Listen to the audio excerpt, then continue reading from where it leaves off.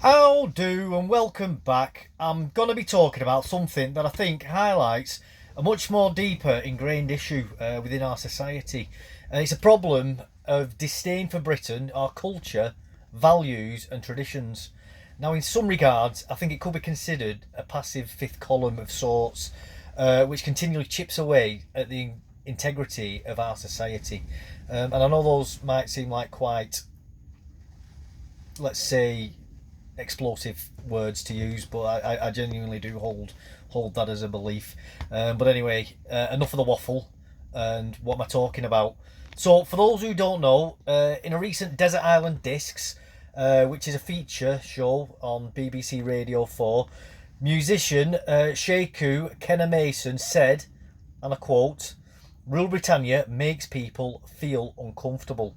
The BBC also wrote in the same article, which I'll link below, that Rule Britannia's controversial due to its association with colonialism and slavery. Now, this here is the crux of the problem that I'm getting to.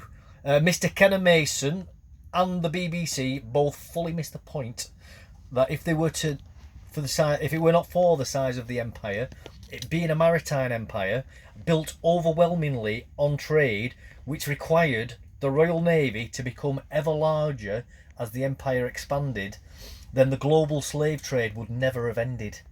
The Royal Navy is the reason why the slave trade stopped, and this absolutely is something to be proud of and should be wholly right to sing Rule Britannia as an annual tradition of our celebration of the fact of how we, the British people, ended slavery. Now, to be fair to Mr. Kenna Mason, he does go on to offer alternatives, which are traditional English folk songs.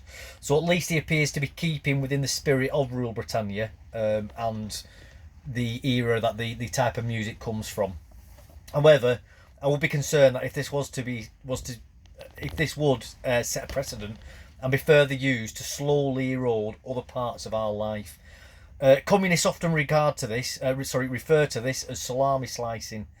What that means is making constant small changes that on their own seem inconsequential and cumulatively irreversibly change society.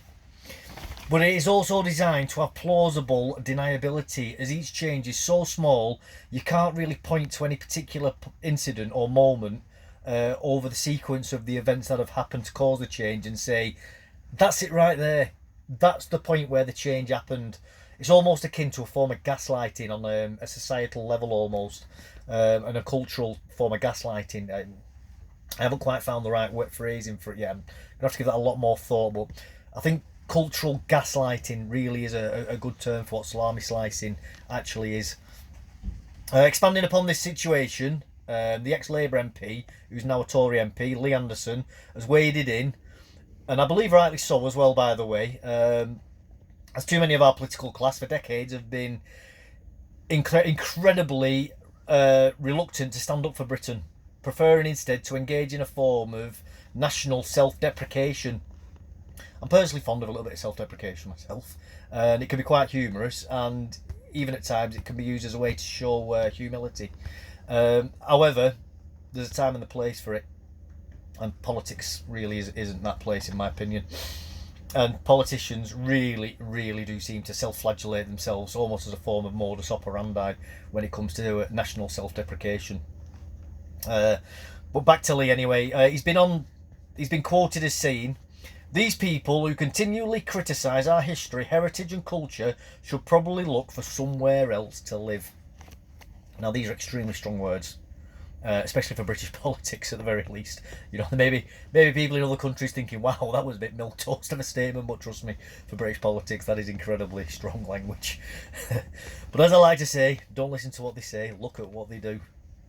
Now let's just look back to the Rwanda vote that's recently happened about sending people to Rwanda, and Mr. Anderson abstained instead of voting against it. And so with this, I would say that his words on this topic seem to be all fart and no. I think you know what I mean. That last word's gonna be. So I might be being cynical here, but I believe that the Conservatives are allowing Lee Anderson to voice these statements publicly in the hope of retaining voters, but with zero intention of actually acting upon them in what's called containment theory, and containment theory is a political strategy which is designed to attract people that you would consider generally undesirable or having politically undesirable opinions, and rather than allowing them to go and form their own party elsewhere where they could gain influence and actually enact the policies and politics that they want, what you do is you say things like, in this case here with Mr. Anderson, things that which I believe the Conservative Party do not actually believe and have no intention of acting upon. But you will say those things to attract people to the Conservatives, and then the Conservative Party will do absolutely nothing to act upon those sentiments and feelings that those voters have. So it's a way of undermining opposition parties and from preventing what they would describe as populist parties from being able to form. And it prevents obviously those rivals then from going on to winning and actually enacting the changes that they want to see in society, thus containing what they seem to be the problem. And you see that from Labour as well with the hardline communists. You know, they quite often will pander to the hardline communists, but they have absolutely zero intention of actually enacting anything that those people want. So anyway, I'm going to leave the video there. It's just a really short one, this, just giving a couple of thoughts on it, just my personal observations.